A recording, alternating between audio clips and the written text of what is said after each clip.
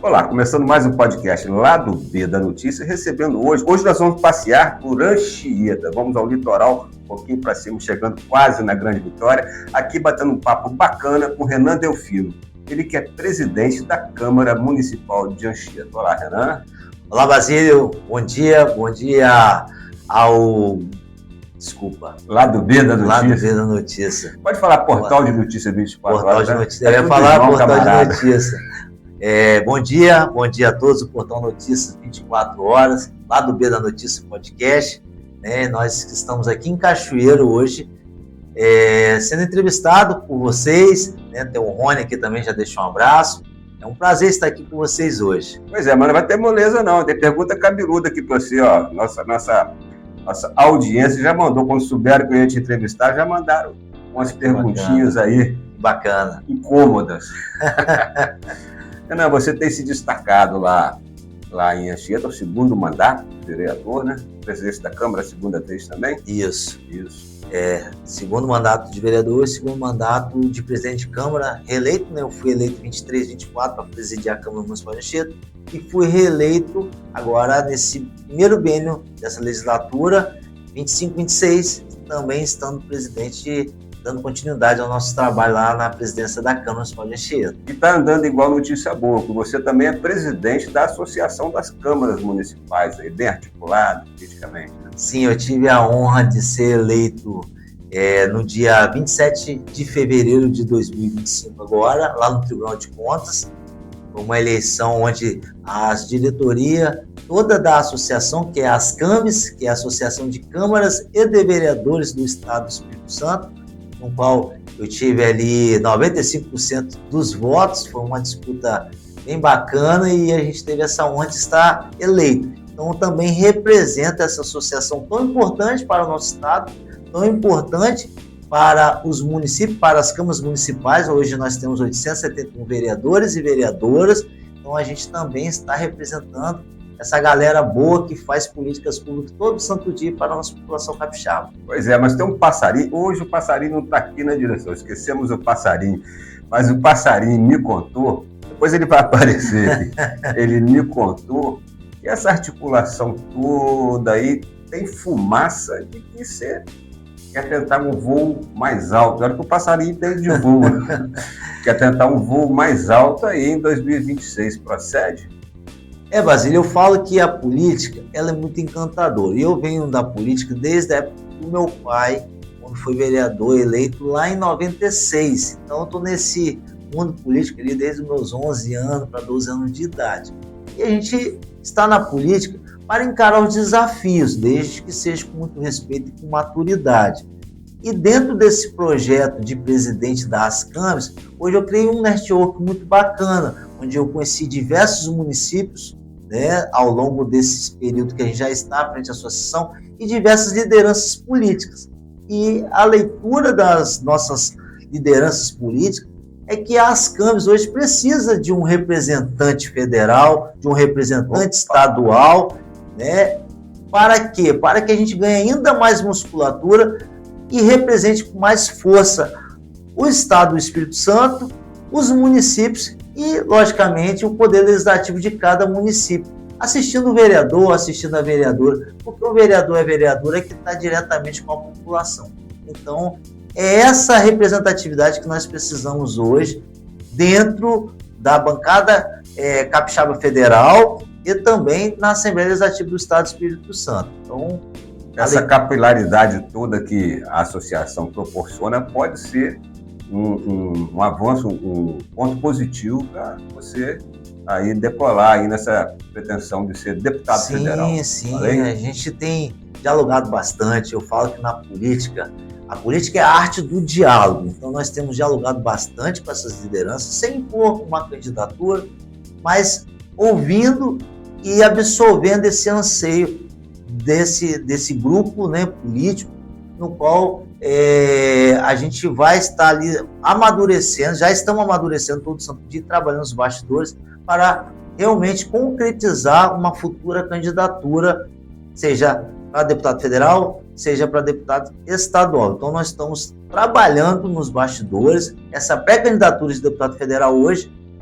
com muita responsabilidade, com muita maturidade, com muito diálogo. E estaria no arco de aliança do governador Renato Casagrande ou do Pasolini? Claro, o Renato Casagrande, eu sempre onde eu vou, falo muito do Renato Casagrande e do nosso vice-governador Ricardo Ferraz. Inclusive, Ricardo Ferraz teve várias agendas conosco, eventos realizados pelas Cambis, em Afonso Cláudio, Nova Venécia, Baixo Guandu, e temos outras agendas ainda para ser concretizadas até o final desse ano e para o ano que vem. E eu falo que o governo Renato Casagrande e Ricardo Ferraz é um governo municipalista, então fica difícil a gente fechar as portas para quem abre as portas para a gente. E aí eu falo pelo meu município de Anchieta, um governo que sempre aportou recursos, e principalmente no momento que nós tivemos lá com a paralisação da Samarco. Nós tivemos 2017, eu fui funcionário da Samarco por mais de 10 anos, e eu vivi aquilo de perto, e nós passamos a parte, além do desemprego e renda, nós passamos a parte da infraestrutura que estava sucateando, infelizmente, né, com o passar do tempo. E o governo Ricardo Ferraz e Renato Casagrande, principalmente o governo do Renato Casagrande, que já estava como governador, o Ricardo Ferraz foi eleito no segundo mandato, né, eles aportaram muito recurso para o nosso município. Então nós temos diversas obras hoje realizadas em parceria com a Prefeitura Municipal de Anchieta, Governo do Estado e Câmara Municipal de Anchieta. Então, assim, não tem como deixar de caminhar com o nosso governador, né? A gente fala que a gente é um soldado a posto nessa missão aí de continuar o Estado dando certo nos trabalhos que já vem fazendo. E o prefeito lá, o Léo Português, que foi eleito agora, primeiro mandato, começou bem. Como é que está a relação da Câmara com o prefeito? E se você já dialogou com ele, eu sei que você tem uma boa relação lá, Passarinho também é fofoqueiro, você tem uma boa relação com o Léo. Você já dialogou com ele sobre essa pretensão ou vai deixar aí essa lenha, esse fogo com pouca lenha? Eu, enquanto representante do Poder Legislativo e Léo, representante do Executivo, o nosso diálogo desde o primeiro dia que a gente assumiu o mandato, que foi o 1º de janeiro de 2025, nosso diálogo ele é muito salutar, um diálogo muito bom, e o governo Léo e Renato tem feito essa parceria muito sólida com a Câmara Municipal de Anchieta, com os nossos 11 vereadores, me incluindo no caso, somos 11 cadeiras lá, e a gente tem entregado em parceria vários resultados para a nossa população anchietense. E o Léo, eu sempre falo que o Léo ele é muito carismático, um cara aberto ao diálogo, e isso facilita muito para você realmente fazer políticas públicas de qualidade. Referente ao apoio ao governo, nós temos dialogado bastante, eu tenho certeza, eu brinco muito que o meu prefeito, meu gordinho, não vai me abandonar. Ele tá assim também, já estudando o cenário para que abrace a candidatura local importante. Aliás, eu vou ser mais além. Temos o Fabrício lá também, que é pré-candidato a deputado estadual, então assim, vamos enaltecer o produto da casa, né? Abraçar o produto da casa, e é a gente que conhece os anseios da nossa população anchietense. Eu vou mais além, extra-fronteiras de Anchieta. Há muito tempo, o litoral sul capixaba não tem um representante legítimo na Assembleia, né? Exatamente. Você elege, até o Caparó está sempre elegendo, né? Casimiro está sempre botando um ou dois lá, mas assim, representante legítimo do litoral sul nós ainda não temos, nem na Assembleia e nem na Câmara Federal. Isso te motivou também? Essa é uma das leituras que a gente já vem fazendo enquanto representante da população e também enquanto cidadão capixaba. E a gente vem ouvindo os cidadãos capixabas e a gente entende que isso é uma fala real. Hoje, a região sul-litorânea, principalmente, e aí pegando um pouco também de montanhas, a gente pega ali Alfredo Chaves, Rio Novo do Sul, a gente pega... São limítrofes ali de Anchieta. Né? Exatamente, né? Então, Iconha. Então, a gente tem aí uma grande região, são vários municípios que hoje não tem esses representantes de fato, não desmerecendo os que estão. Essa não é a nossa política de desmerecer os que estão. Mas nossa região precisa ter esses representantes. Um pedigree da região. Exatamente. Né? Então, assim, Anchieta hoje, Guarapari, vamos pegar ali Piúma, Itapemirim, Marataízes, Presidente Kennedy, Iconha, Rio Novo, Alfredo Chaves, são regiões que precisam ser assistidas com prata da casa, pessoas que realmente convivem no dia a dia nessas regiões e que vai fazer muito mais por esses municípios. Então, assim, esse é um dos projetos também. A gente vê muito também, Basílio, o norte do estado, né? A Grande Vitória e o norte do estado com esses representantes. E a gente vê que o norte do estado sempre se articula muito bem. Exatamente. Isso, né? Você vê a potência que é o norte do estado. A gente tem a Sudene lá, que isso é uma grande potência para captar essas empresas, para investir em emprego e renda dentro dos municípios. E o nosso sul, que a gente tem um potencial gigante, a gente tem porto, a gente tem estradas, a gente tem territorial, tem um povo muito trabalhador, dedicado, a gente só precisa oportunizar a nossa população e ofertar essas benfeitorias, vamos dizer assim, trazendo empresa, estrutura e qualidade de vida cada vez mais para os nossos munícipes. Agora eu vou pegar um pouquinho mais no seu mandato, né? Anchieta tem uma lei, e parece que foi obra do senhor, acho que ela é única aqui no Espírito Santo. Vocês conseguiram reproduzir em Anchieta a emenda parlamentar impositiva, né? Ou seja, isso deixa o legislativo menos amarrado, mais independente, assim, né? Mais livre, e vocês conseguem colocar 600 mil, depois você me fala o valor certinho, de emenda impositiva no orçamento municipal. Como que foi essa articulação? Foi difícil chegar? Porque os prefeitos não querem saber disso. Sim, sim. Então, Basílio, em 2018, o STF entendeu que os poderes legislativos municipais tinham direito a 2%, naquela época, na verdade, era 1,2% da receita líquida dos municípios. É o 1/10, né? Na verdade, é a receita, a arrecadação toda que vai na LOA, entra primeiro na LDO, depois vai para a LOA, que é a Lei Orçamentária Anual, e aí tem a receita bruta, que tem um Fundeb e tudo mais, e depois eles retiram essa parte do Fundeb, que é dedicado somente para a educação, e fica a receita líquida. Então, essa receita líquida, o STF entendeu que o Poder Legislativo, as câmaras municipais, tinham direito a 1,2%. Em 22, eles aumentaram essa porcentagem para 2%, sendo que mais 1% de bancada, somado 3%. E aí, eu, em 21, estudando sobre legislação, estudando sobre as nossas leis federais, e aí conheci essa benfeitoria para o Poder Legislativo. Levei na época para o plenário, não tive sucesso, infelizmente, ainda tinha aquela dificuldade de entendimento e o Executivo ainda também estava meio... Então, o prefeito não quer... Estava meio estanhado na época. E aí, em 22, também nós abrimos diálogo, mas não pautamos o projeto. Em 23, quando eu assumi a presidência da Câmara, e aí comecei a abrir diálogo e com mais maturidade também, de 21 para 23, a gente foi ganhando uma musculatura política, vamos dizer assim, maturidade política, e aí a gente abriu mais diálogo, conversamos bem com o Executivo, na época era o Fabrício, que era o prefeito, e essa lei foi aprovada no início de 24. Ou seja, a partir de 24, nós já fizemos essas emendas impositivas serem realidade. Já fizemos entrega esse ano, proveniente à legislatura passada do ano de 24. Fizemos entregas para a saúde, para a educação, para a cultura, para o esporte, para os lazeres, enfim, para diversas áreas hoje. Qual o valor hoje que é? Ano passado ficou em R$595 mil. Esse ano está aproximadamente em R$650 mil, R$630 mil. Uma quantia excelente.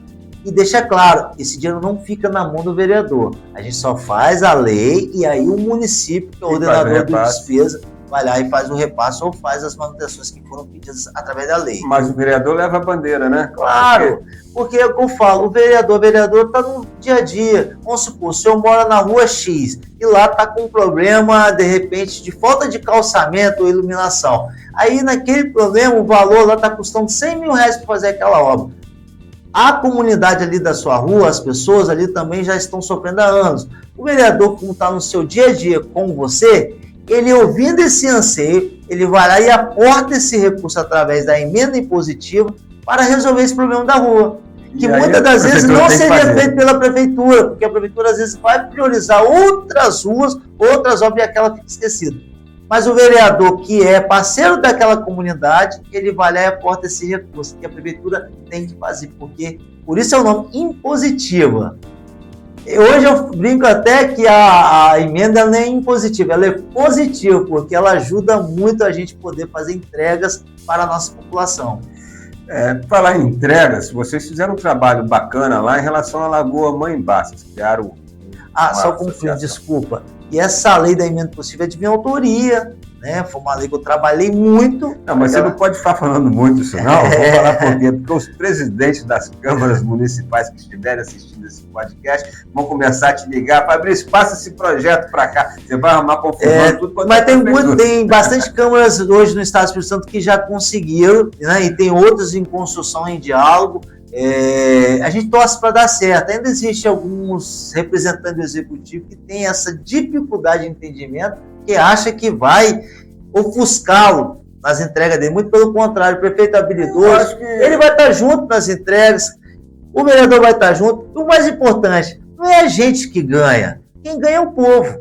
Porque tem político que vai entender, assim, alguns prefeitos, né, mais coronéis e tal, que pode entender que ele perde o poder de barganha com o vereador. Exato. É como acontece com a Câmara Federal, por exemplo. E nas políticas hoje, Basílio, não cabe isso mais.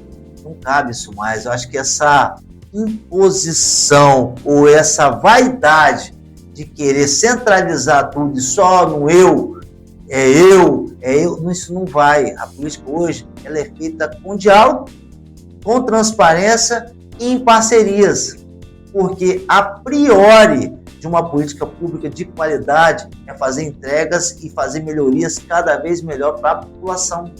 É o povo que tem que se beneficiar, não é o Renan, não é o A, não é o B, não é o C, mas sim a população. E aí a população vai te renovar, de repente, seu contrato através das urnas, para você continuar trabalhando por ela, pelo reconhecimento do seu trabalho, não porque você fez algum tipo de manobra ou jogatina ou imposição para você continuar no poder. Esse trabalho de vereador é difícil, né? Porque o vereador, vamos dizer assim, sem sentido pejorativo, vai lembrando o Chico Buarque, a geni dos políticos, né? Porque ele está na ponta, ele que recebe a demanda, ele que toma pedrada, e ele não tinha, é o único que não tinha caneta para fazer nada. Todo mundo pede a ele e ele não tem caneta. E essa emenda talvez ajudou a resolver. Claro. Deu uma caneta, apesar que é a prefeitura que faz, mas ele coloca lá, ele obriga, né, a fazer. O trabalho da vereança é um trabalho árduo. A gente vê muitas vezes na internet, vereador não faz nada, vereador não faz aquilo.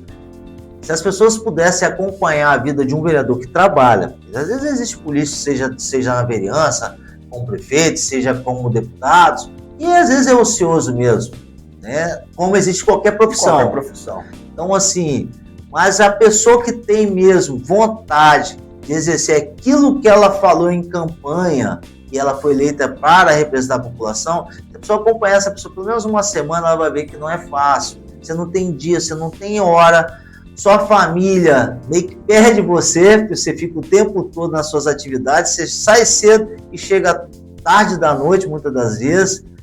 Então, o que acontece?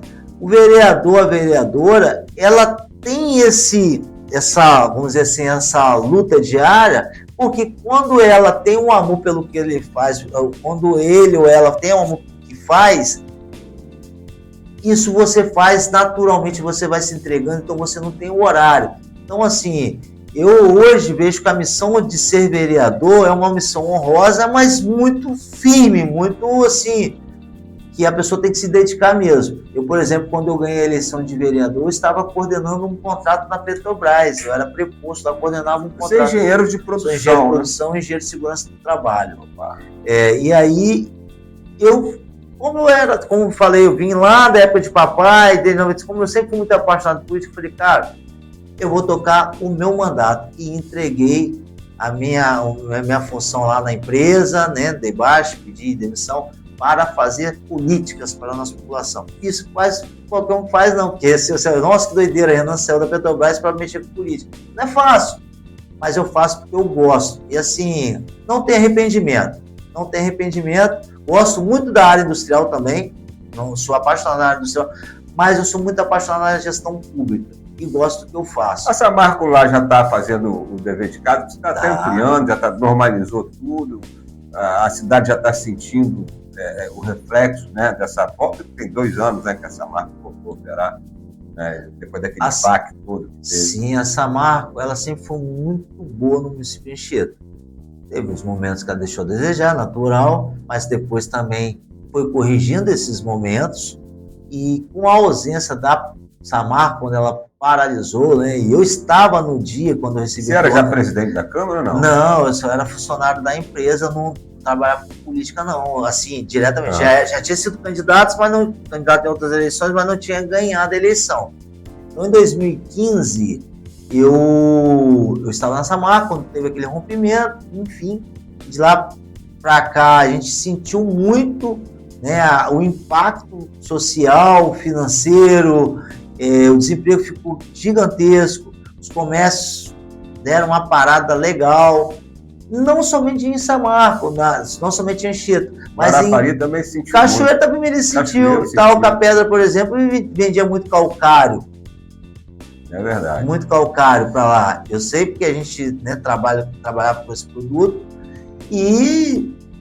assim, os municípios ao entorno, o estado sentiu, porque nós também temos muita arrecadação. O PIB, enfim. Então, assim, a Samarco ela fez uma falta muito grande. Porém, hoje, com o retorno dela, das 2 usinas iniciais, a usina 3 e a usina 4, que são as usinas mais novas, que a 1 e 2 são as mais antigas, e vão entrar na fase de manutenção, já deu uma oxigenada muito grande na nossa economia. A Samarco tem feito bastante entregas nos municípios Anchieta, Guarapari, né, Piúma. Tem vários municípios que já estão recebendo aportes financeiros, a projetos, seja sociais, estruturais, enfim. Então, a Samarco, o retorno dela hoje é assim, muito, mas muito importante para a economia do nosso município, para a nossa população no geral, né?